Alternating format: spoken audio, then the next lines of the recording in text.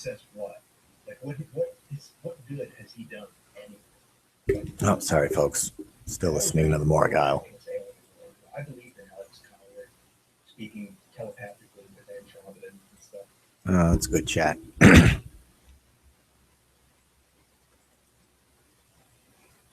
All right.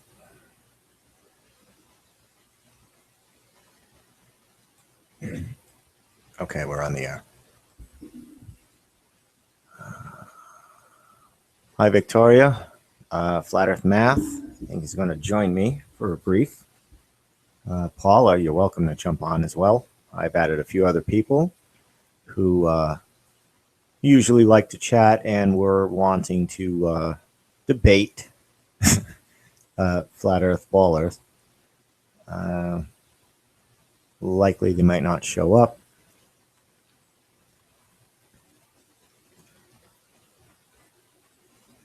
I'll send it to your email as well, Charles.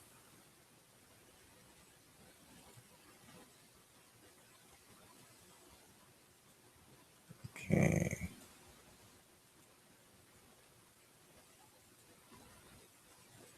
I don't know if you have it that other way, but I can't start it. What is this? Have I never been emailed from here before?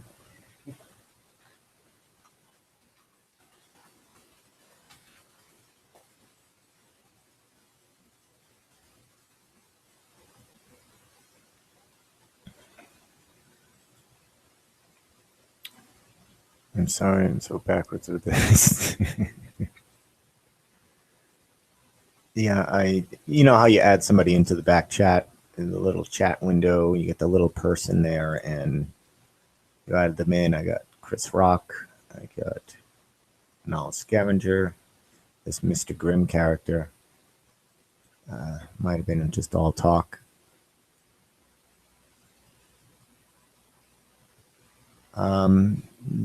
If you're not seeing it, Charles, I can just send you the link to your email, which I'm going to switch through a dozen accounts here. All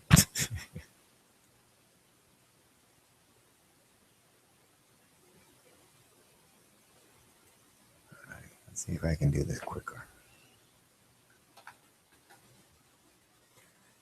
Okay, thank you.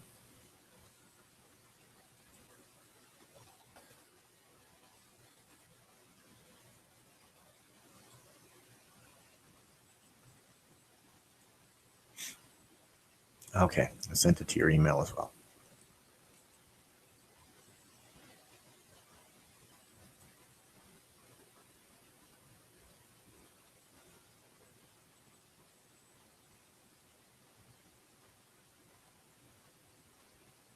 Mr. Added Twitwit.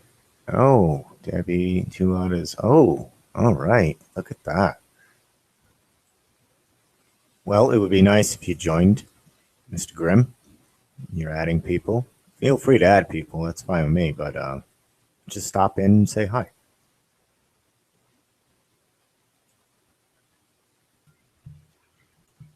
Testing. Can you hear me? Testing, yes. So was it the email that you finally saw? Yeah, the email. Now I got to mute you. Okay.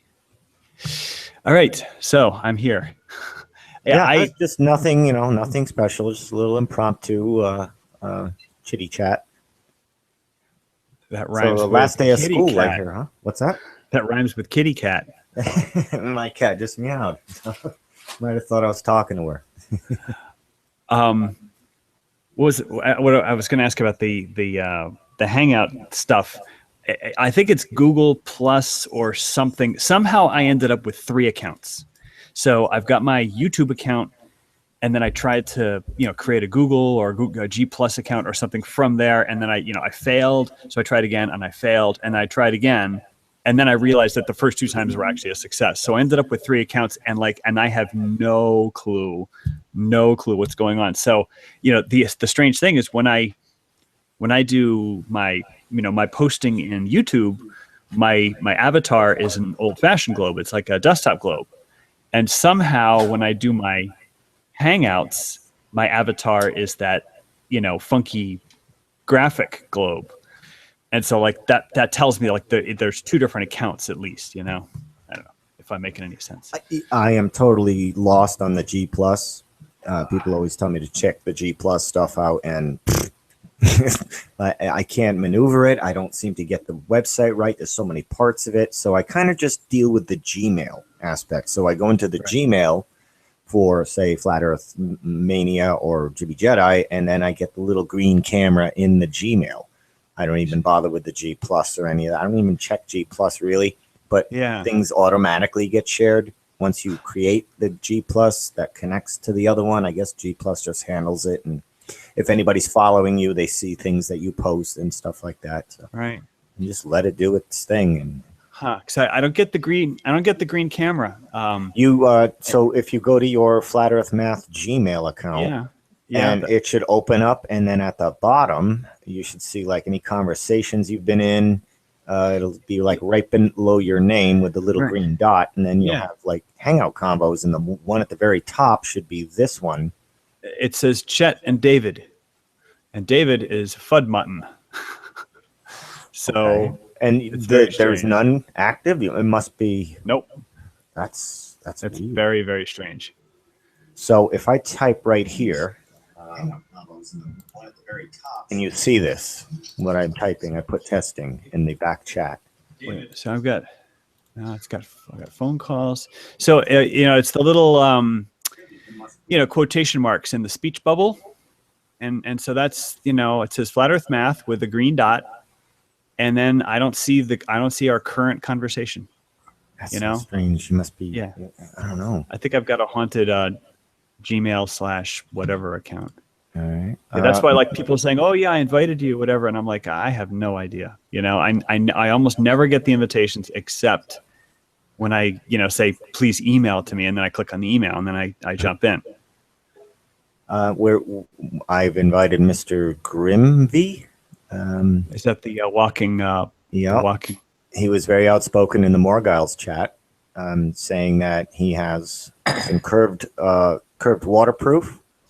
I clicked on one of his links. It wasn't one that I had seen before, so I'm like, okay, this person isn't parroting anything old. It could be something new. So what the heck? Let's see it. Let's see. And I don't know if you've met Mr. Charles here, Flat Earth Math, Mr. Grimm, but no, I don't think so. He's a very accredited Ball Earth believer, school teacher. This man has an education and paperwork to prove it. Well, that and 50 cents will buy you a half-filled cup of coffee. With 30 cents taxes, and So, Mr. Grimm, welcome. This is Charles, aka Flat Earth Math, and I am a unapologetic glober. Jibby's been trying to convert me for the longest time, but not having much success. But we get along. We get along just great. So well, that's good to see. That's what I like to see right there. Is like, the idea that a couple of guys can think of have a couple of different mindsets on something and still not, get separated on more fundamental issues like humanity and shit like that. Yeah. I noticed that it's a primary thing. But this Flat Earth, to me, I call it a psyop, and I'm a little biased about it. I've already been around all the corners and everywhere you want to go with it. And just because I would, I like to investigate things that aren't, that are fucked up, because I don't believe in government always telling us the truth. And I'm always up on, microbiology and the new shit with what's going on with the GMOs and Monsanto and the emails. And So you're a truther for all. So I'm a real truther, right? Except for I don't fall into the assertions category where just because someone's lying to me, then I must make an assertion that something else makes you know what I mean? It doesn't make a positive for something else. So and I noticed that that's what's happening here. Ever since Eric Dubai and from the 70 mile, he'll tell you that the Knob Hill or whatever, not Knob Hill, but the I can't remember the exact name of it without playing you the video, but a bunch of locations that Eric Dubai gives out are completely erroneous. He completely lies about the distances between. He says things are 50 or 70 miles when they're only 15. So you're looking for 70 miles with the curvature and you're not finding it. And so concave Earth is born from that type of shit. People are just not getting it. Even Christ as well on the concave model. Right. And so like in reality, it's like all these instead of just looking at the actual distances for themselves, the regular people who said they were truthers before, well, they didn't. They just took the guy's word for it and decided to spin with it because, of course, NASA lies, so it must be true. And that's just a logical fallacy that I've seen people step into. Well, I mean, the NASA lying part did tip the scales for me and got me into flat Earth quickly. Very much, because I've been screaming about NASA fakery for years prior. So have I, but we were screaming about 2 decades ago. We were talking about, or at least a decade ago, I was talking about, not on YouTube, but with other people and stuff, my uncles and everything, rockets not actually working in space, not because of some firmament or dome, but because of the Joule-Thomson effect and the kinetic theory of gas expansion in a vacuum. Oh, I mean, this is an interesting panel here. We have a NASA hybrid. We got a full glober, full flat earther. This is interesting. Yeah. So, and Mr. Grimm, one thing you got to know about me is that I am not a truther. I'm probably the opposite of a truther. I am actually interested in the truth. So I just said something very offensive. Not really. Not really, because I can totally agree with you on that. What I found, I just made that point actually, that most truthers have fell into the flat Earth, so obviously they're not even truthers. Yeah. Well, I think you reversed it on me, but my experience with truthers is that they're very passionate. They're very passionate people, but they're also easily swayed when they see evidence and it's outside their expertise that looks convincing. I mean, like anybody can. Right. As long as it's in their comfort bias or fits their narrative. I mean, like, you tell one side of a story, boom, you got an instant audience. Just tell one side of the story, and you'll convince a whole room of people. You know, and then I think that though. Truthers, I've seen Globers do that same parlor trick to flat earthers and got them to go back over, and then they get all confused because it was a good word soup game that made the flat earther now unsure. Exactly. You know? So I see it on both sides.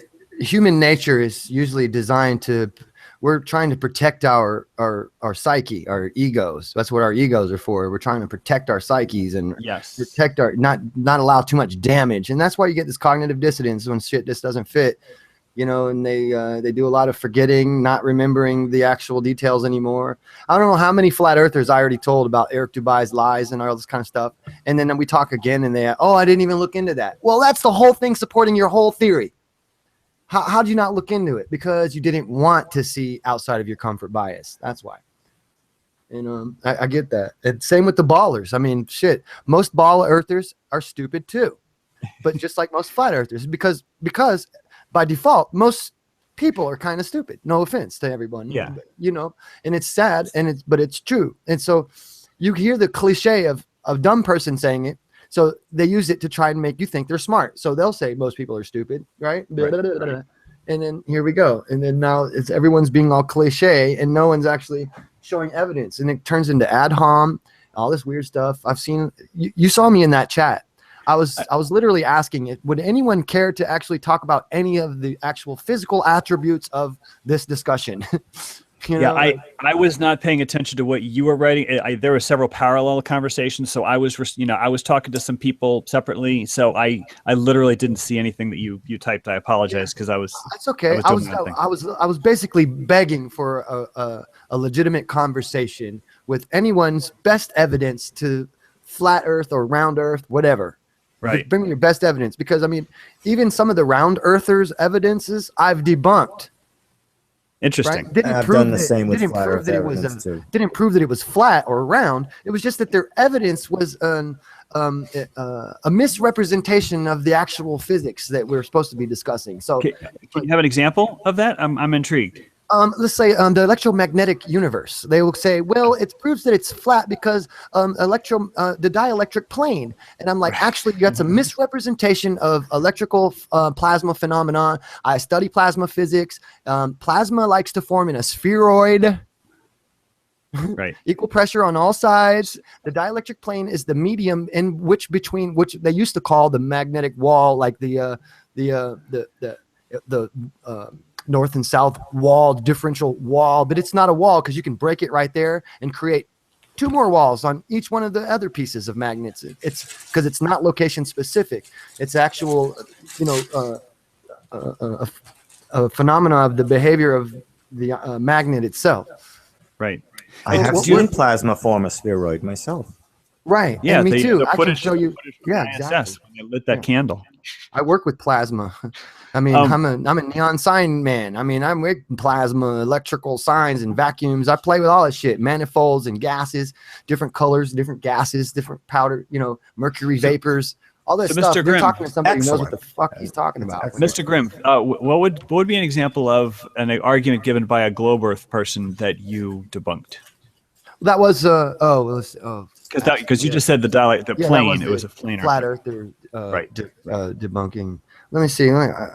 Fuck. It doesn't I happen know. very I often don't because mean I'm to not put you on the looking to. spot. But No, that's fine. That's fine. I was just oh, curious. the gravity, No. the gravity issue. Agreeing that it's a globe Earth, but gravity could be buoyancy. Well, no, it can't. Look in a vacuum. Did I have a vacuum chamber? We can put my my little weed scale in there, and I put a couple of nugs on that scale. It weighs a gram. I take all the air out of the chamber, and now it should weigh more, right? Or less, one or the other. But it doesn't. It still weighs a fucking gram. Well, Imagine that. actually, it should weigh more. A little bit more, right? Right. without But pressure. your scale probably isn't precise enough. But did you know about that, Jibby? That when you step on your bathroom scale and it reads 497 pounds, do you know that you actually weigh more than that? If you breathe in, No, it's not the air in your lungs. You Is this actually before weigh or more. after you take a shower? Nope. Doesn't have anything to do with Gases dirt or or whatever. It doesn't have anything to do with what's in your lungs. The answer is you are buoyant in the air. So an average human right? displaces, Oh, okay, yeah, you're right. displaces about 1/5 of a pound of air. No, you're totally right. But that measurement, as far as what we're talking about Sure. he's talking about it wouldn't exist. So one way or the other, the scale would go to the extreme, either all the Right. way heavy Right, or all the way light. right. And everything would exactly. weigh the if same. If it's all buoyancy, right, Right. exactly. Put it in a So vacuum, That's and then it basically would go the to point an I was extreme. making. Right. Yeah, but you're right, exactly. But see, for me to try and push it to even that much of to get to the fractal nature of it, you're Yeah. like, we're already trying to explain just the simplistics of it, and Yeah. it's like boink, boink. So, Mr. Grimm, I don't know if you have seen my channel. People like to make fun of my experiments because I basically ask people to look up. And a very favorite phrase of flat earthers is, "Why should I look up when I want to know what's underneath my feet?" And then my response to that is truth fears no investigation. Well, If most you of them look are up, you will see a world of data if you look up. But so most people don't look up because they don't. I don't know. Well, yeah, they might not want to see the data. They don't, yeah. I like it. I like being told to trust my eyes, except for when the sun's rising or the sun's setting or when the clouds light's reflecting from the sun off the bottom of the clouds. Or it's like, okay, when can I fucking trust them then, Flatter?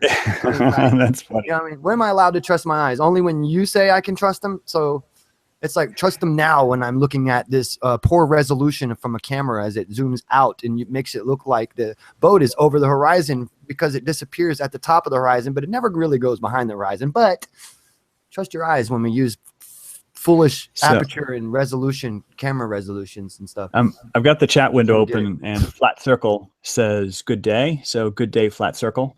You must be in a part of the planet that is experiencing daytime. It is just past midnight here near Philadelphia. Yes, because Paula had to go to bed, and she does not stay up much past 5 minutes after 12, or she turns into a pumpkin. Set your watch by it. Well, that's the smart thing to do. I take the dumb route, which is not having any kind of schedule or whatever. Yeah, But go ahead.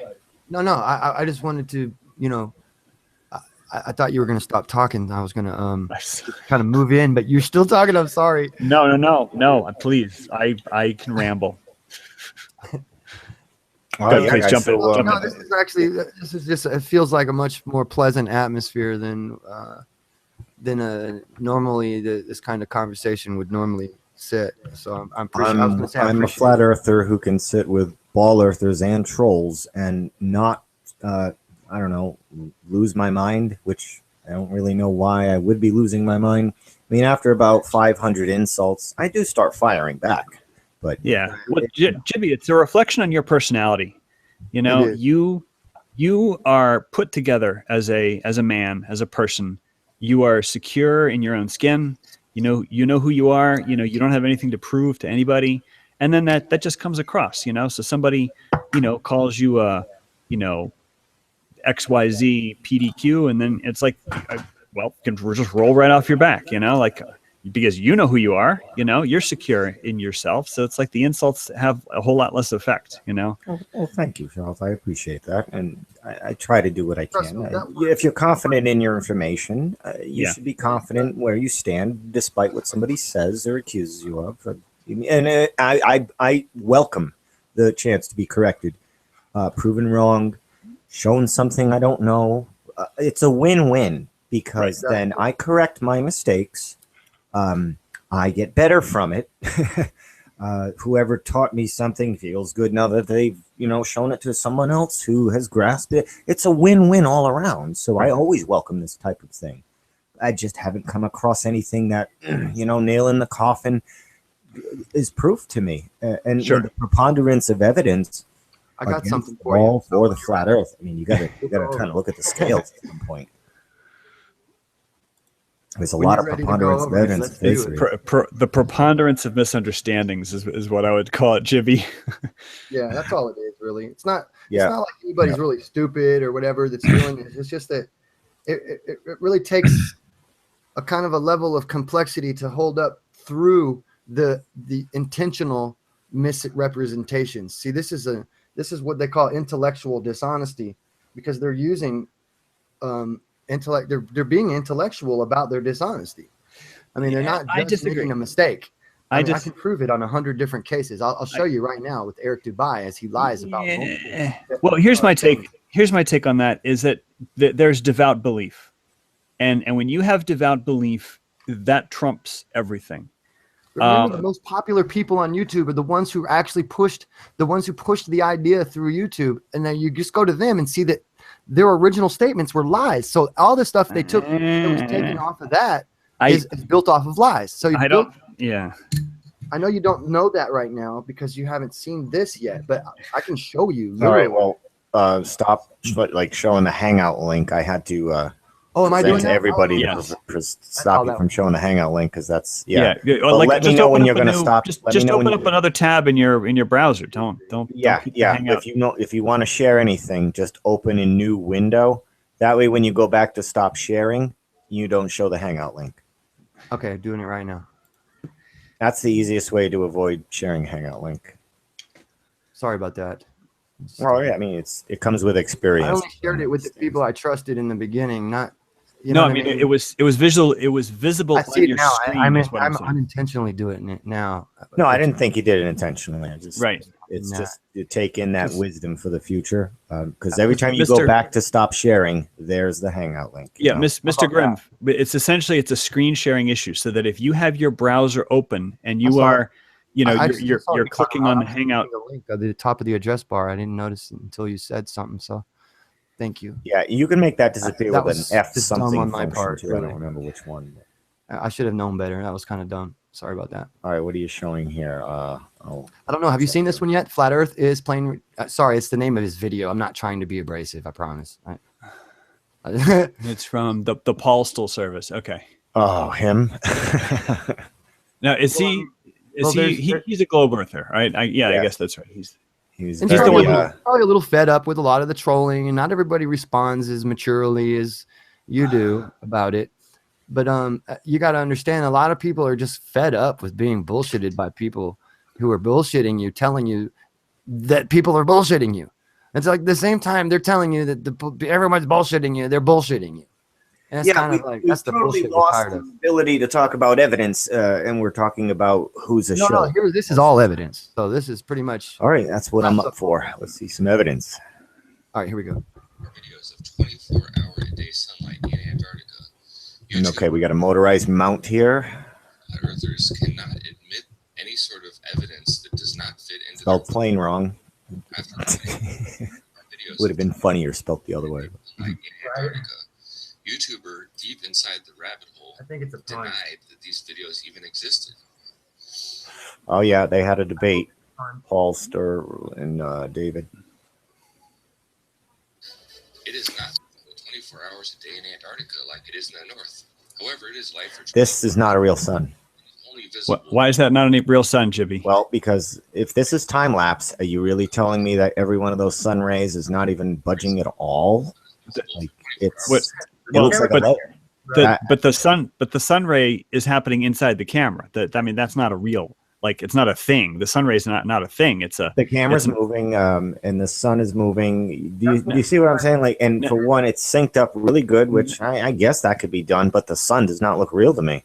Oh, yeah, I get the sun does not look real, but if you count the number of sun rays, and I think it's like 11 or something, inside the camera is going to be an aperture that has 11 blades to the aperture. Right. I don't know what to call it. Aperture. You know about cameras, right? Exactly Yeah. what that is. It's resolution and aperture. Yeah. But I mean, The like the reason why there are, The I don't know, I'm just exposure- making up It's 11. the exposure. What they do is they're like little blades that they swing in together to make a circle, Right. basically. And each Right. one of those little notches are creating what you're calling a sun ray there on the Yeah. Well, the resolution. artifact is the sun ray, but the actual aperture is really, it's like an 11-sided polygon. You know? That's exactly it. Yeah. So it's like just a misrepresentation of the idea of what's going on there is leading people into like strange thoughts, like not understanding resolution and aperture and cameras. Cameras and eyeballs aren't the same, and people are not getting that for some reason. So it's tough, and it is because you got a lot of people making up just weird, just out of box kind of stuff that just don't even make sense. But Just right off the bat, it jumps out to me as artificial, like the sun. It's not looking real. Of course, that's not a proof of anything. I'm just saying any jumps video out is artificial because you're not really looking at the object yourself. You're looking at a printed image of the object through mechanisms that could. All right. Well, I'm also through going to other- try to look for mistakes, like But the fact is, it's daylight in Antarctica for 24 hours, and it doesn't matter if you're going to see the sun there or not. Even if the sun disappears behind clouds and just barely under a mountain disappears, it's still daylight there. Proves that it's not a flat Earth on that model because definitely there's I'm no way to stuck have in the middle because I know a flat earther who worked in Antarctica who says that's not a 24-hour sun, and then there's people who say here's a video of showing us. So now you have two. There's lots of there's lots of people in Antarctica. That's another lie about there not being a lot of people in Antarctica. There are. I don't know. No. There's a They're byline. not allowing people to go deep, and you can't go deep because you need some You pretty can good go there. equipment. You just have to have you just have to you just have to request permission. But you can go. Lots of people go. There's expeditions all the time. That's another one of the flat Earth lies. How Well, I know, far but do it's expeditions go? misrepresentation. Yeah. How far can do you they go? How far do you want to go? Pretty far. I know that's my point, dude. I mean, but at some point, people start saying, "Okay, it's too fucking cold for survival out here. We can go back now." I would like to know or hear. I don't know. See, it's testimony is tough to. Because we haven't even really gotten through the first 36 seconds of this yet. All right, we'll continue playing it, but I'm just saying that sun jumped out at me as something not right. The thing I'll give you, Jibby, the sun does look fake. It looks like a cartoon. Okay. And I don't know what kind of camera the guy is using, but like normally the sun rays are not, they're not sun rays. I don't know what they're called, artifact of the aperture. Normally they don't look that bold and, skinny all the way out, like a sunburst. But you could take your own camera. No, it has nothing to do with the time lapse. It has nothing to do with the time lapse. You could take your own camera, your P90, play with the aperture, and then shoot pictures of the sun and play with your aperture, and you will get an artifact. I'm not going to say it looks exactly like that, but you'll get a sunburst artifact. I don't know if it's all the way stopped down or if it's all the way stopped open. Just play with the aperture.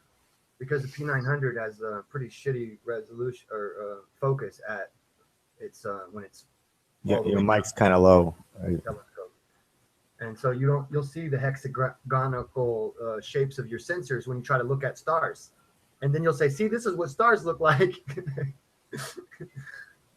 That's what they've been doing. It's pretty crazy. But here, before we get into that, I'll just play this Just real like quick. it should be an equal and opposite latitude. Because he makes a that lot can of be sense. seen in the north. So he admits in his life 24 hours in Antarctica, while never admitting that the sun is visible for 24 hours, even though there are multiple videos which I had linked to. How is it possible that a sun that is clear across the entire flat Earth and is supposedly only able to emit Check and light a see if certain it links them distance there. could be seen for 24 hours a day in Antarctica under the flat Earth model? No, see, if the sun was as high as it shows there, they would see it across the entire flat plate. So the sun, Sunlight is all right, visible. let's watch this again. Seeing as how people in Australia, Southern Africa, Just not acting like a sun to me, but all right. darkness during their nights, and the sun is supposedly on the entire opposite side of the flat Earth. On a flat Earth model, how is it possible that light's able to reach all? What's happening there is the Earth is spinning. And that's why the sun isn't going. Are you speaking to your mic more? You sound far away. Oh, sorry, I have a doobie in my mouth. What's happening right there, the reason it doesn't look like it normally does from what you're used to is because the Earth is spinning and you're on the very top part of the hemisphere. So it's spinning around you instead of going across you, over and down. It's going around you. You know what I mean? All of that, it fits right on the model. I mean, there's no, and plus if it was a flat Earth, then the moon phases would change every hour. Leave your screen on a sec. I'm just going to put this. This is only like a 10-15 second video. This was me testing my little time lapse. And this is what my time lapse of a sun looks like. Of course, there's clouds and stuff, but I think it's pretty unmistakable. We're looking at the sun here. You know, it's presenting. Ah, crap. Let only me present to presenting. everybody. There we go. Like you can tell this is the sun. This isn't any kind of CGI. It's only brief because I was just testing it out one day because somebody said, you got to check out sunrise. There's anomalies, movements. It didn't go as long as I thought. I'll have a whole bunch more, like especially up Mount Washington next week. But this is, you know, you can tell you're looking at a sun. You know what I'm saying? Like there's no question. This is any kind of, this isn't even questionable. Like this is some kind of layer. It's clearly the sun. I'm just saying, like it's I don't like understand the your other point. one. It just kind of looks artificial to me. Didn't we just explain that? I mean, didn't we totally just go all the way over that? You did, but I'm just saying I Ironed that can't whole help horse but out like really well, I thought. the color looks a little off too. No, You're in snow. You're in white snow. Put yourself in a bunch of white snow and then try to get your white balance on your camera just right. well, there are other arguments I can say, like, okay, prove this is actually Antarctica. You know, there's things like that. Like in a court of law, it would be taken in, but there'll be objections up the yin yang. You know, like until it gets to a final nail in the coffin type thing. Like, can you prove this is from Antarctica? Well, Right. Well, I here's heard the it thing, is. Like, you know what I'm saying? Here's the thing, Jibby. And for starters, this is not at the South Pole. And the reason why you can tell it's not at the South Pole is the sun is going up and down. At the South Pole, the sun just goes horizontally. I don't know if you guys knew that. That's another reason why you could tell you're at the South Pole is that literally everything in the sky moves And it should horizontally. arc like a U downward, Nope. or go straight across. Nope. It literally, if you are standing at the South Pole or at the North Pole, the sun, the moon, the stars, everything travels parallel to the horizon. So anyway, but what I was going to say is you could say, well, the Never person reaches was the in. apex of directly noon is what he's saying. Yeah. Well, no, but if you say this clip, how do we know this clip's from Antarctica? Okay, so you could say, well, this clip is from Greenland. You know, so it's up in the Arctic Circle. It's in Greenland, but the rotation is going the wrong way. You could tell by the development of clouds that this, and also the watch. I mean, of course, but you can fake the watch. You could tell this clip is running in forward motion. Like this clip is obviously not running backwards. Do you see what I'm saying? Because you watch the clouds form forwardly, they don't form backwardly. And of course the wristwatch is moving forward. So if you just look at whether we're, what direction is the sun moving? You know, is the sun rising in the east and quote unquote setting in the west? Then we're in Antarctica. Does any of that make sense? On the globe model, I suppose. Well, no, but I mean, like, that. But that's the point. This is a clip. This is, you know, somebody recorded this clip, and what I'm arguing is that on the globe model, this clip makes 100% perfect sense, and on the flat Earth model, it makes no sense. I mean, there's no place anywhere in Antarctica where the sun goes around you, you know. And there's no way to keep it daylight in Antarctica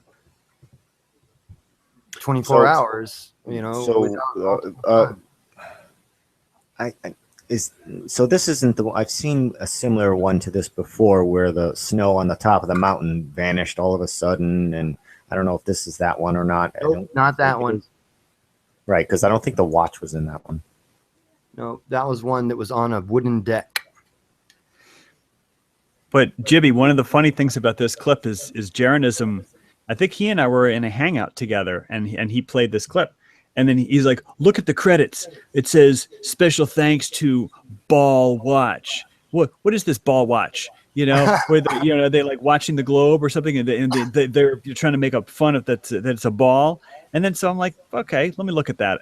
It turns out it's the name of the watch company. Like Yeah. literally, that watch is a Ball Watch. Olivia, And it's like, you can't make this stuff up. Oliva or some shit, right? Yeah.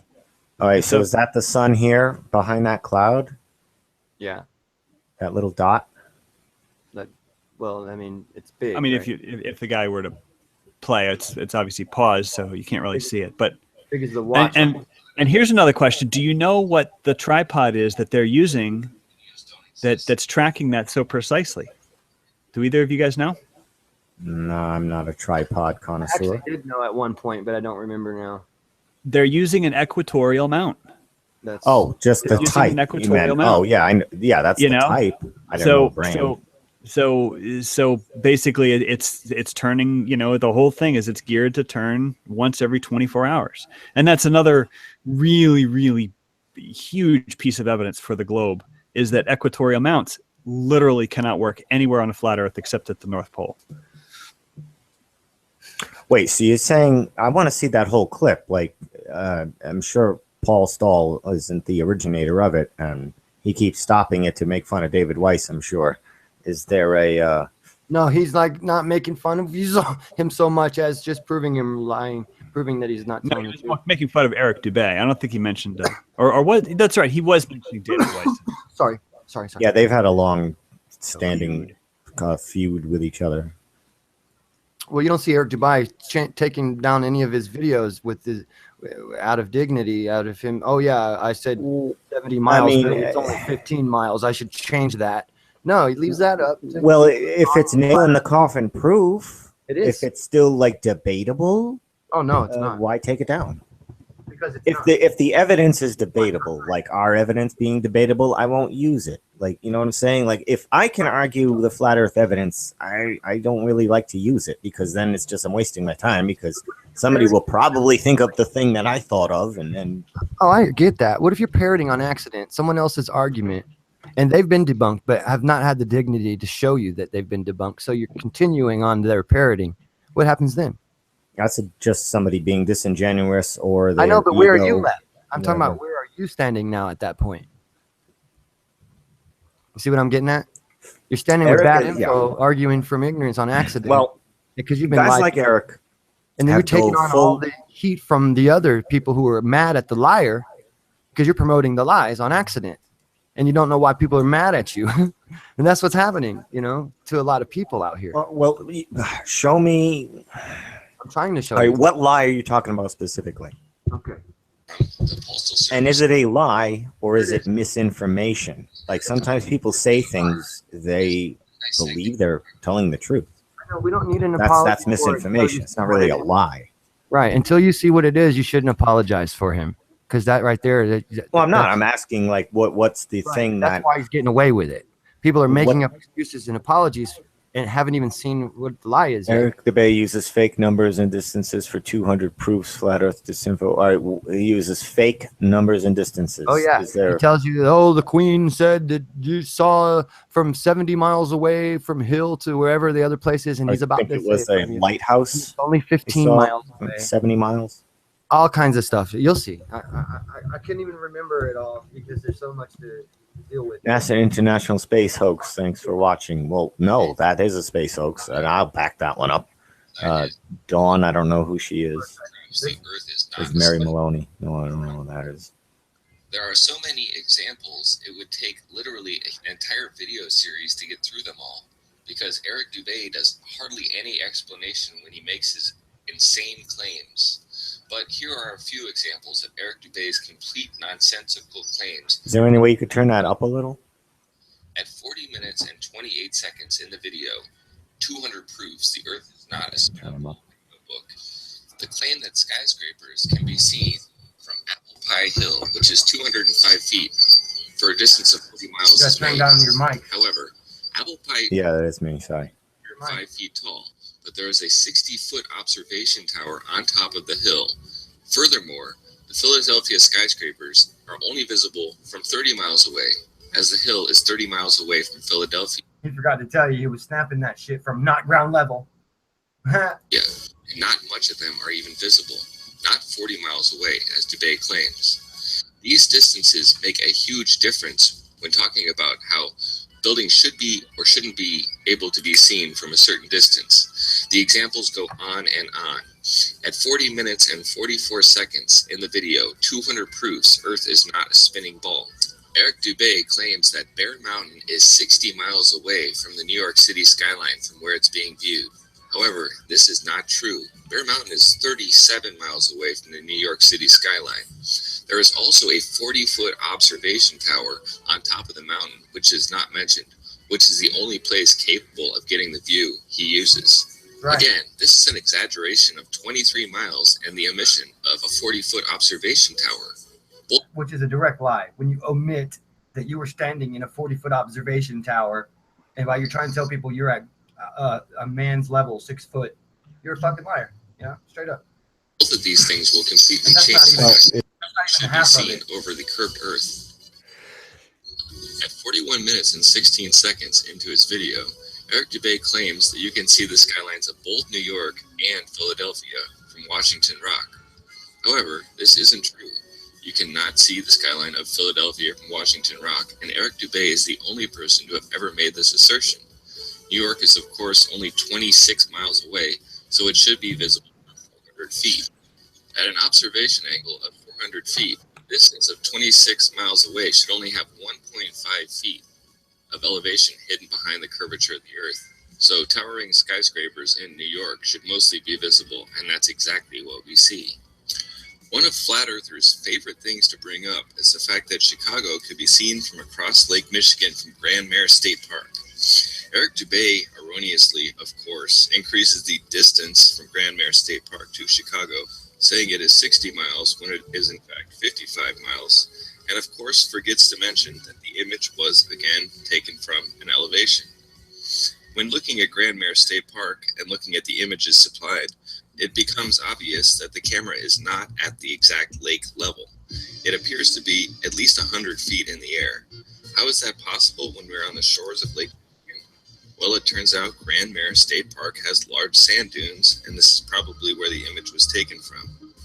Furthermore, atop this sand dune, Okay, that's a speculation assumption about being on sand dunes. No, it's not speculation. They've actually talked to the guy, and he said he was on top of the tallest sand dune. I think it's called Bald Top, and it's 260 feet above the lake. Right. Like all this stuff has been covered like endlessly, and they Yeah, I don't use Joshua Nowicki stuff because for one, it looks like paintings to me. It doesn't even look like photography, so I just stay away from it. Like this looks like a painting. I understand that the sky does look like the bottom and everything. This to me does not look like photography. Okay, To me, so it just if doesn't. you go to his site, he has a million photos, and they're fascinating to look at because a lot of them he takes them from the same sand dune, and then you'll have various differences in how much of Chicago you can see. Like in this particular image that's on the Look at screen that right now, photo. Look at this the photo. Willis What is Tower bad and the about Sears that? Tower, or the Willis Sears Tower, is clearly stretched Yes. vertically. And half You the know? buildings are missing at the bottom. Well, that's that vanishing So point. even the flat Earth. Yeah, but how exactly can you demonstrate how that's a vanishing point?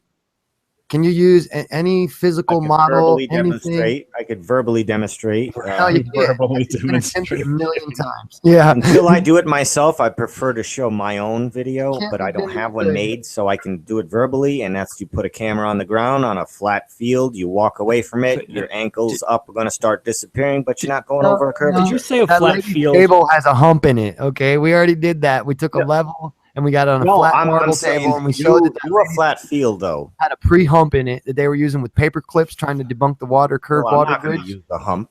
I know, but they used a hump in Jimmy. a table to make a point. It was so cheap. It's got to stop.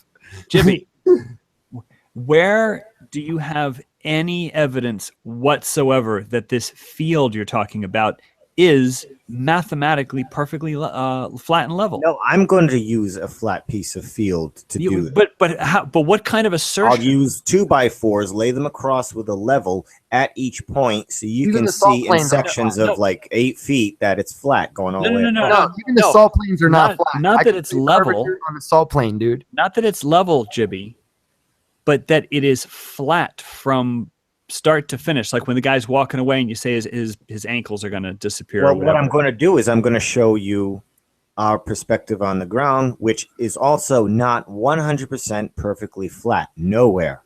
We have peaks and valleys everywhere. So this is just a miniature explanation with little tiny divots here and there on the ground. That's just a miniature explanation of what we see here with our topography, which will produce the same results. You have all this. It's not even going to be the same results because we're not going to have that atmospheric blurring by the ground that we get with distant objects. So Jibby, this is the thing that I keep coming back to with regards to, this whole thing about perspective or vanishing point, is that every time I've seen it demonstrated by a flat Earth video, there are clear and obvious imperfections in the surface, whether there's a hump in the middle of the field, like football fields have drainage, so they crown them, they crown them by a matter of a few inches, but they're still crowned. Or the guy's walking on pavement and the pavement is clearly not flat, or he's in like a warehouse, and like when you pour concrete, for like 100-yard long warehouse, you're not gonna, be getting out the micrometer, you're gonna do it so that it looks flat, but it's not mathematically flat. Do you see what I'm saying? Neither is the Earth. Like no, flat Earth model. No, the point is that we look at this picture of Chicago and we can't see, all of the 10-story buildings in Chicago. They're all gone.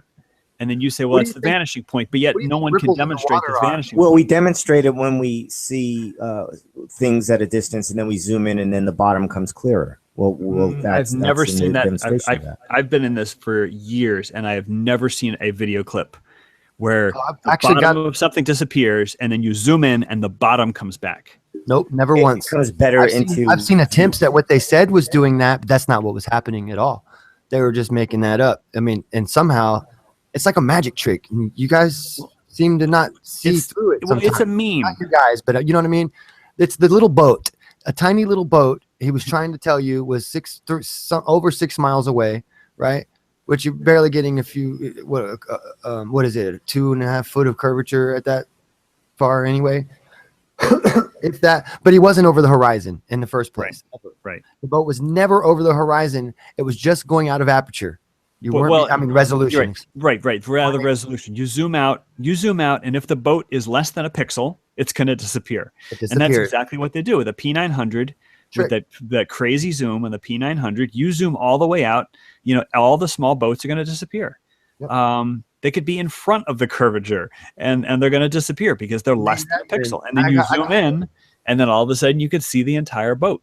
But Jibby, the point is the bottom of the boat didn't disappear. The whole thing disappeared, and it was a resolution issue. I have never ever seen a video by a flat earther or anybody that showed the bottom portion of a boat disappearing or whatever, and then zooming in, and the bottom comes back with cars, and they put a car on a flat road. Now that's going to be paved. No, but we're talking about zooming, not the car driving. We're talking about a stationary object. And that was a Matchbox car. Yeah, but the claim, a Matchbox car, a flat table with a hump in the middle of it. The claim, Jimmy, the claim is that if the bottom of something disappears, you can zoom in and bring it back. That's the claim, and I have never It seen disappears from any view. evidence. Yes. I've never seen any evidence of bottom zooming doesn't. in and bringing it back. But you see that is Boston something right that's here? repeated. Can you see Boston right here with the naked eye? Let me go It's full probably screen. less than a pixel. Yeah, like where's Boston? Well, I don't know. You It's zoom in, clearly right there. zoom All in, of and we'll see it. Boston's right there. Okay. Right? Just zoom in and we'll see it. Because and you shot this, right? With Yeah. your P900 on Mount Washington, right? No, this is just a local mountain, local. Packman-Adnock. I'll be Mount Washington next week. Okay. Now, when you're at Mount Washington, can you see Boston from Mount Washington? I'm going to try like hell. I don't know my geography. I think it's like 200 miles or so. It's give or take. Oh, Okay, let's take a quick look at this. Optical This- magnification 35 times. Are you showing something right now? Yeah. Oh, I'm hang showing you on. the same photo oh, with this from the Mr. same- Grimm. Mr. Grimm, Jibby's Yeah. showing right now.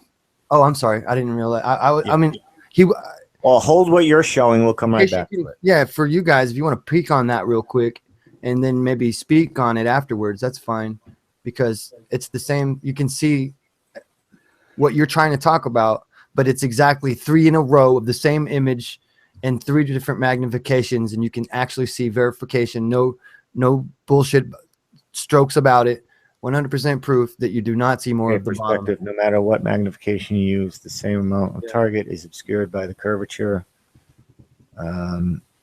That's how it works. Yeah. This is all the same distance, right? Yeah, Well, and it looks like it's 35 using an old-fashioned optical 30 telescope. times magnification and 105 times magnification in a real telescope. He's using a telescope. Okay. How far away is this? Whatever, it doesn't matter. The perspective is the perspective. It's over the horizon. That much is over the horizon in the first picture at 35 feet. I mean, magnification, right? What is this? What is this like a proof of? Because this is normal More magnification. bottom doesn't show up when you zoom in. He's zooming in, right, with his telescope. He's zooming in, showing No, you. it appears more bottom is not showing. Right, there's not appears more that bottom. way. It's not Right. coming into view from the bottom. So when he's zooming in, the only thing that's happening, Jibby, is the image is getting bigger. That's purely it. Yeah. And Hey, this isn't a trick or anything. I promise. Here, we're doing a 2 versus 1 here. Would you guys like to do 2 versus 1 against me? yeah, I want to flip on. Yeah. So I want to argue that rockets can work in space. Oh, okay.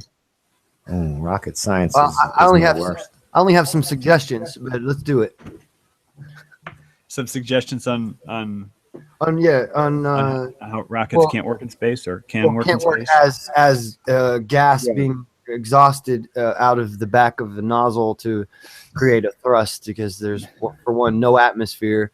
For two, they tell you there's a special explosion that happens first up in the rocket, and then we know that couldn't be true, because you can't have a closed explosion inside of a rocket. It would just turn into a Yeah, fire. I think somebody is sort of stretching it with the explosion. It's combustion. It's Right. combustion. I mean, you can call it whatever you want. But you know what they call them? They call them. But don't get hung up on the word explosion. I mean, I think somebody might be talking at a molecular No, level I'm or using- something. But I'm using explosion. I'm the one who put that in there to try to try to create the yeah, ridiculous idea of we know how you snap a firecracker open and then becomes a shooting sparkler with Right, the little right. thrust.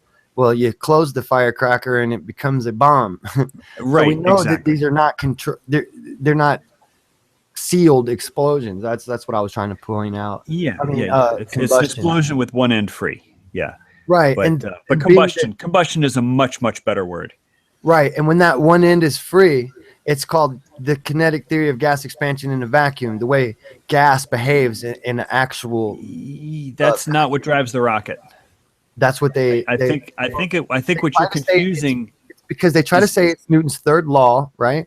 They're throwing bricks out of the back of a canoe. Yes, And I'm the trying to 3%. explain, right, but it's not that way, because I'm trying to explain that once gas is being released into a vacuum, it doesn't behave the same as other matter does. Now it's in an electrical environment. It is becoming a plasma. It's electrical out there. So the key for me is, does that gas have mass? Right. And that gas does And- not have mass, in the fact that you got to realize that there's no work being done when it's released into a vacuum. Forget the work. Forget being released to a vacuum. Just the one question: does the gas, which is, I will call it the exhaust gases of combustion, right? Does that gas have mass? Like, for example, the space shuttle's main I engines. get what you're saying. I totally Right? get it. Space shuttle's main engines, hydrogen and oxygen. Literally, the one and only gas that is produced is water vapor. It did when it was in the rocket, but when it was ignited in the rocket, the gas behaves differently than a regular mass. It has mass, but its mass is not being determined. It's in a gaseous, electrical gaseous, a plasma state. Sure, So it's no longer a mass. It's ionized. But here's the thing: mass can neither be created nor destroyed, except in, like, thermonuclear weapons. No, it's turned into electricity. Is what I'm trying to say. No. The mass destroyed. does not turn into Inverted. electricity. No, It is absolutely not. Well, that's what happens when it hits the plasma. Here's a question. Here's a question for you. If you have, a hydrogen atom Realize that and then an oxygen fire atom. is a plasma, right? What'd you say? Fire is a plasma. Fire is plasma. Right. Right. Absolutely. You know, But the you're still electrical going to have plasma? you're still going to have either molecules or at least atoms, right? Yeah, but in that plasma. So But they're not you're burning. aligned in any pressurized atmosphere. No, forget pressure. Forget atmosphere. Forget all of those descriptive things that we use when we describe, gas and stuff, and pressure or a vacuum. If you just forget all those things, I'm just talking about the atoms of hydrogen and the atoms of oxygen. Well, if I forget all those things, I won't know Well, how to argue you anymore. not forget them. Not forget them. Agree with Set you. them aside. Okay, Set them aside, and let's just ask the question about whether there are still hydrogen atoms and whether there are still oxygen atoms. We're burning the space shuttle's main engines. We've left the atmosphere. It's just hydrogen and oxygen combusting to produce water vapor. They're set on new paths. It's a current now, so it's no longer. But if you say that it's turned to electricity, you're Well, saying it's that not the just mass electricity, but was changed to energy. So are you saying that the hydrogen atoms and the oxygen atoms no longer exist? Well, now they're ions and they're behaving differly. No, but you know as well as I do that the only difference between an ion Weight anymore. what's the only difference between an ion and an atom is a gain or loss of electrons. Basically, the sliver. I'm sorry. What? Electrolysis. When you snag when you make colloidal silver to add a silver ion to a water molecule, you pass a negative charge to a positive charge, an anode to a cathode of silver through the material. So it's that same process, but in reverse. Yeah. Sure. But what is the only motion that is happening in electrolysis or in an atom turning to an ion or vice versa? And it's the only motion. The only motion. You're is skipping electrons. all of that stuff is what I'm trying to say. I understand the whole argument, but you're skipping oxidation reduction. No, you're avoiding the whole argument, because electrons are nearly massless compared to the nucleus of an atom. So what I'm asking about is an oxygen atom. Particle physics. That's another thing that we don't agree on. No, not particle physics. Not particle physics. An oxygen atom. Atom is particle physics. Okay. You understand? Like, we don't even agree on particle physics. Everything is sustainable waves. Everything is a wave in a sustain. It's not a particle. They're not atoms. All right. And for one, they're not solid matter ever in the first place. No one said solid. Well, I know, but I'm trying to say, break it down. I'm just trying to break it down to the fundamentals. The frequency of of the same matter, and it becomes without mass, without weight. It's broken up, And that's exactly what happens in our for instance. What we're talking about. So let's say we do Electrical break it environment. up. Are you willing to talk about neutrons and protons?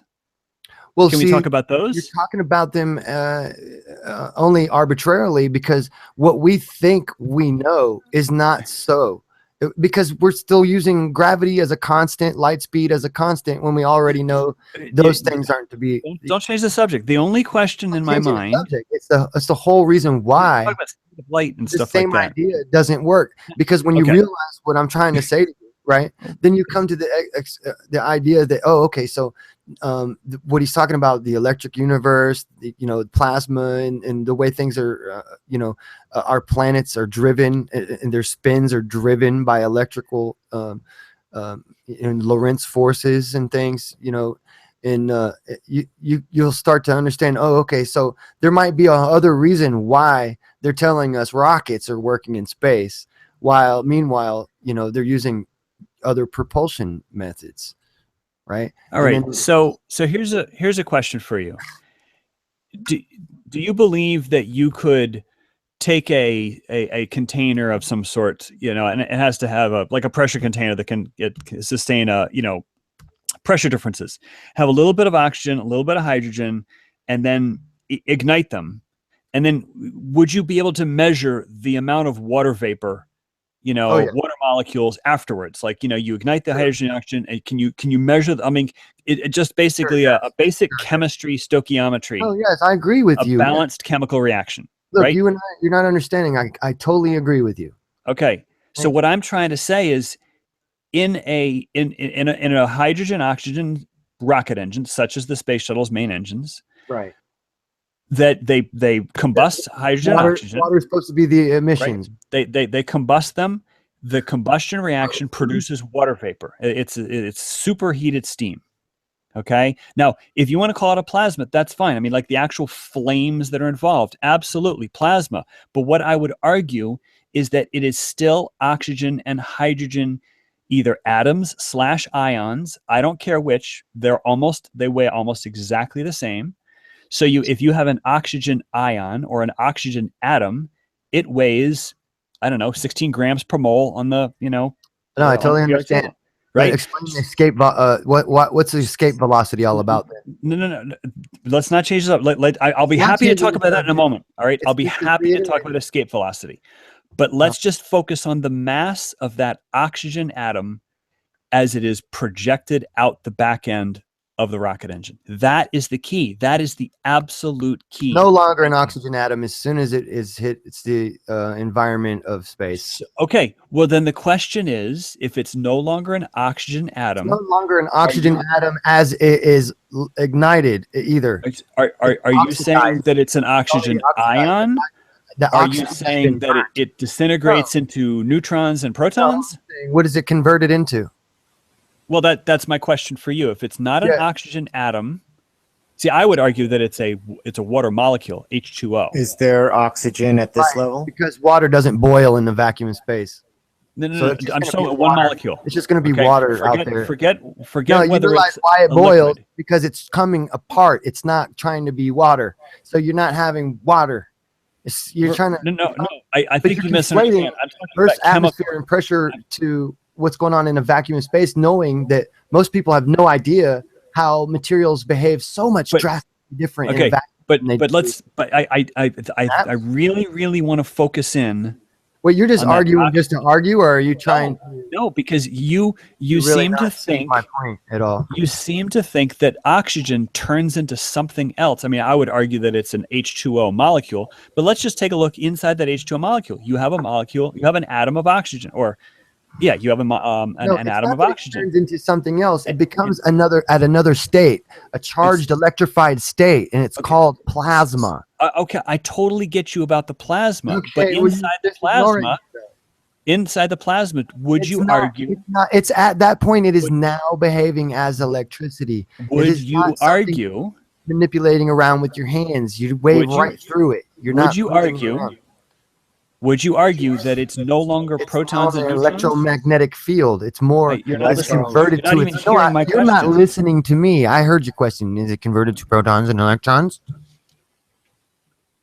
What is it? Well, can I continue to talk now? Because I heard your question and I'm moving through that. All right. Because Just it's moving right past plasma. the question. Because now it's plasma, an electrified state, right? So it's plasma now, and it's not in your gaseous state, and it can't be held like in a cloud form, and you can't use that kind of idea in your mind that it's got any kind of pressure in there to it. And now it's on the electromagnetic spectrum in a whole different way. It's behaving more like energy than matter. And now that needs to be understood and manipulated, because I'm sure it is being, and we're just not being completely informed about it. So I'm not saying they're not out there and with their stuff, but what I am saying is they're giving us the wrong idea of how they're out there. That's all I'm saying. Like, I'm not saying that the rocket doesn't work in space. I'm saying the rocket doesn't work the way they tell us it works with Newtonian physics in space. Well, They just they don't try to clear up the fucking differences in concept. Like, they don't try to clear up the data. They've just barely started admitting that there's electricity in space. They just barely started talking about Alfvén waves and shit. When Christian Birkeland and Alfvén and Steinmetz and fucking Faraday, and I mean, these guys have been talking about this shit from day one. Talking, like, particle physics is a joke. Everything is waves. You guys are throwing out the ether and trying to create particle physics. I mean, that's what happened. And then you're like, oh, we're going to measure. If we can't measure the ether, then it doesn't exist. Well, it's not in any state. You don't. What equipment do you think you're using to do that with? And then they hold up dumb ideas like, relativity and all that shit with no explanation as to, why they need renormalization math to fit observations, because observations are telling a whole different story, and now we got the EM spectrum. We can see these magnetic filaments for fucking millions of light years. And we know that there has to be a charge for that field to have the magnetic field to it. So these are electrical charges over light years. Then we see all these stars connected across these magnetic filaments, all of it going in line with them being Z-pinches in circuitry, like those, lightning bolt patterns and stuff. So it's pretty stars connected by how. So that's where you lost me. So, Mr. Grimm. That's awesome. Mr. Grimm. Right there, because then you can jump right into something real and get out of this flat earth nonsense, talk about the actual stars connected though. Mr. Grimm. Can I? Hello? Yeah. Is my mic on? Yep. Yeah, is mine on? Yeah. Yeah. I'm just trying to get a reaction from Mr. Grimm. Can you hear me? Yeah. Okay. What was I doing? Well, you just weren't responding. I was trying to say hello and I couldn't hear anything back. So, well, we've been answering you the whole time, so maybe it was something on your end. So all those topics that you brought up are worthy topics of discussion. So I want to validate, I want to say those are great. Those are great discussion. Rockets in space. Excuse me. I let you talk for about 5 minutes. Yeah, so can I finish the sentence? So those are very good topics. Those are very good topics. I'll be happy to talk about them. Not tonight because it's a school night.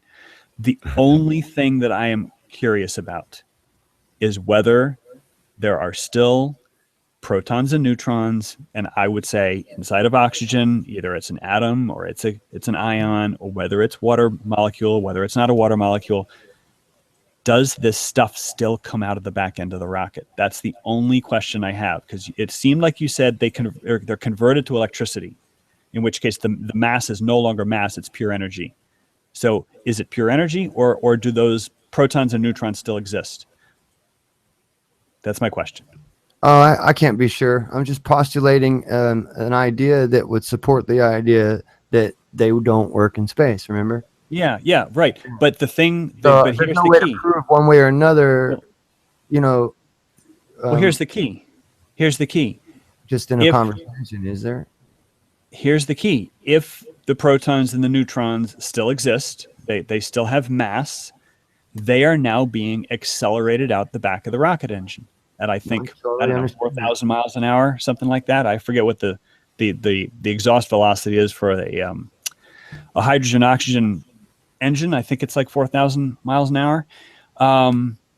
So if that matter exists, and it could be a plasma. Okay, I'll fully admit it could be a plasma. It's flames, right? But are the protons and neutrons, do they still exist? Right? And if the flames answer would is engulf yes, the entire rocket. if the That's answer how fire works in space. if the answer is yes, No matter that how the protons and neutrons forward. still exist, backwards.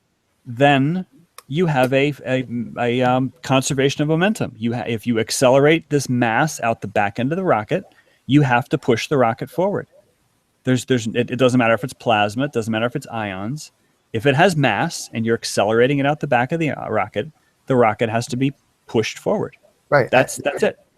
Right. And but my point is that it's not the same environment as what they're telling you that it is out there. That doesn't matter. Okay, so they're all a bunch of liars. But the question is, so it behaves differently. So okay. So if we just use their method, we might not be able to make our own, systems to get outside of their, outside of this, thing. But with understanding, fully the mechanisms here, there's a different. So what I've found throughout the flat Earth debate, what I've found throughout the flat Earth debate is the phrase, things they don't work the way that we've been told, or the Earth isn't the shape that we've been told, or there's always that phrase of that we've been told, and then it becomes less a question of physical science or reality or the shape of the Earth, and it becomes more a matter of who told whom, who said what to whom. And now it's a psychology issue. It's no longer a physics issue. It's a psychology. Does that make sense? Yep. And so I would say is forget what we've been told. Forget NASA. Throw them under the bus. And forget that this camera on the booster now has movable capabilities. Just look at the physics. Just look at the physics. Look at half the physics, then I'd have to agree with you. If I only looked at half the physics, then not half the physics. Well, no, you told me to not think about the electrical nature of no. I'm just saying not to think of actually what's happening to that matter, those protons and the energy that they're being converted into all the way. Let's just stop halfway through the thermodynamics of it and then land there and say, okay, that'll work. Well, so and then I agree. I have to agree with you. You say that you have a vacuum chamber, right? Right. You have a vacuum chamber, right? But I've already made that statement twice. No, not here. No, but at work, a manifold. Yeah. Okay. So I don't know how much you can experiment, with your stuff at work, but like you could literally light off a rocket engine, one of these little pipsqueak, Estes rocket engines, or even something from fireworks like a Saturn missile battery. You could literally light off a rocket engine. Yeah, I understand. Solid fuel out the back. Then you're throwing bits and shit, bits, right? Well, but I can't get any liquid oxygen handy, and do a real experiment. So are you saying that a solid fuel rocket can work in space? I'm saying I've never done the actual research. I'm not. I'm not saying that either one really can't. I'm just saying there's an argument for the reason why we don't have complete photos of Earth. That don't change the subject. We're just talking about whether rockets can work in a vacuum. The actual subject. It's all the same subject. Exactly. Well, but you understand as a globe earther that this is the tactic that flat earthers use all the time. You try to get them to talk about one topic, and they change it to like 10 different topics. I have to throw out plasma physics. I have to not think of those things and only think of what you want me to think. So then I have to agree with you. Just the only question I had was mass. That was it, mass. Right. And what is mass when converted to energy? Well, if you convert to mass to energy, you have a thermonuclear explosion. Yes. Or do you? Or do you have fission? Fission is thermonuclear explosion. Right, fission, but it's not it's not explosion, is it? I thought now you're using the word explosion freely, aren't you? Well, that's not what happens in any rocket engine that's ever been developed. All right. Well, do we know that? Is it not fission when you're combining materials? No. It's not fission. You know this. You're a chemistry guy. You know what I'm saying? Oh, my goodness. What do you think is happening on the sun when you think it's nuclear furnace burning in the middle of the sun and then it gets hotter on the... No. If it's in the middle of the sun, that's fusion. I thought you were talking about combining hydrogen and oxygen. That's not that's not fission or fusion. Okay? That is just chemistry. You're just rearranging the molecules and you're liberating the energy in the bonds. Okay. I mean, you know this because you're the chemistry guy. Are actually just with different. Now, if you pause it right here, Jibby, pause. Oh, too late. All right. Right about now. Okay. Do you see the dead center of your frame? Dead nut center of your frame. That means there's no this is barrel a GoPro distortion. lens. That there's no barrel distortion when it crosses the center of the frame. Now we live on Stephen Christ's earth. Wait, right. It's kind of so now we're on a slope Earth, right? Oh, Stephen Christ was right. Yep. So now we're on the dark side of the shadow of the moon. There's no barrel distortion in the center. I So- see a flat center. Now, why did everything I just? see a concave center. Yeah, that's lots of barrel distortion. Anyway, I do have to go. It was a pleasure talking with you, Mr. Grimv, and Jibby. Charles, I wanted your live opinion about like 2 minutes. Bubbles in space. Okay, 2 minutes.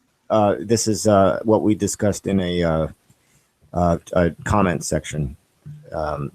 Mr. Jaron, his ISS. Oh, right. And I don't know that how the light swoops to the left and to the right.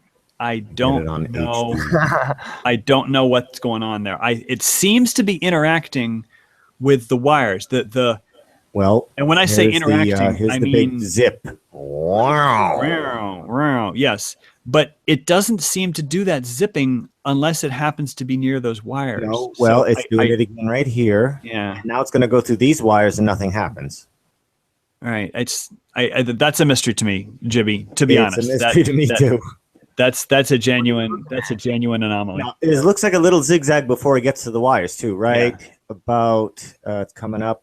It's a little wavy right there, but there was a slight zigzag there. The only thought I have, Jibby, there's another one, is that, like, for example, you know how you have cumulus clouds, and some cumulus clouds are just fantastically dramatic, just a towering column, that's like 100 stories tall, right?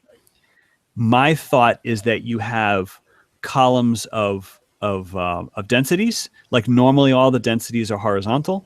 But that you've got, what we're looking at is the atmosphere, but that there's different densities, that they're not just layered horizontally like the way most things are. Create, all kind of mirages and problems. But that's the best I can come up with, Jibby. That's like pockets of gas creating a distortion of the light. Yeah. Basically, it's refracting it. It's refracting it to the left or to the right. Chromatic refraction. Okay, would this be so? This would only be in certain sections, not all along its flight path? No. It's just it's the light as it's going between the ISS and Jaron's camera. In the gas. Right? It has nothing to do with the ISS itself. It has everything to do with the path the light takes when it gets to us. See, it's not taking a straight line because it's slowing down. You're getting through different densities of air, coolness and thickness on its way in. So especially like on days where it was like warmer in the day and then a colder night came in and you got hot and cold air between you and your line of sight with the ISIS, then you'll see a lot of ripply density problems. It'll look like it's squirming around up there coming in. But that's a great video clip, Jibby. You were absolutely right about that. But anyway, I do have to go, gentlemen. We saw it like that before. It was. That's why I was like, damn, look, that thing looks like it's a hot air balloon the way it's squirming around up there in the wind. Not even a balloon would move like that, though. Right. No, right. For real. I'm just saying, you know what I mean? Like, but one of the things that you can do. Echo one? Or, I'm sorry, bro. I always encourage people is to get a buddy and then try to watch the ISS with a buddy, but have him be 10 miles away from you, and both. That's a good. That's a really good idea because that will cancel out the. Well, will it cancel out the gases? Well, it won't cancel out the gases. It's just that the atmosphere above your buddy is not going to be the same as the atmosphere above you. Like, if you've got weather that's causing, hot air, cold air, or whatever it was. Okay. So if we find a similar zigzag from two locations, we can cancel out the gases at that point. Oh, absolutely. Absolutely. Yes. Yes. We can say, hey, these are actual maneuvers. Yes. Gentlemen, Thank you so much for your kind conversation, and I hope you both have a good night. It was fun playing advocate. All right. See you guys later. I'm out. Bye-bye. What a pleasant guy. What the hell's playing on my video there? Stop that.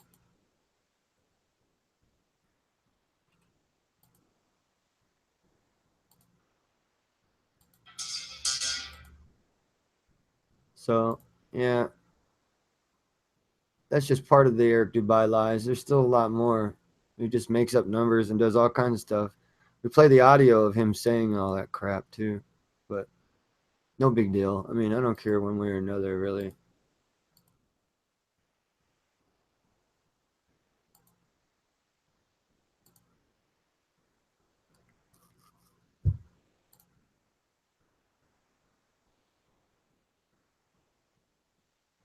As long as everybody still fights about the vaccines and the GMOs and the shit that's important.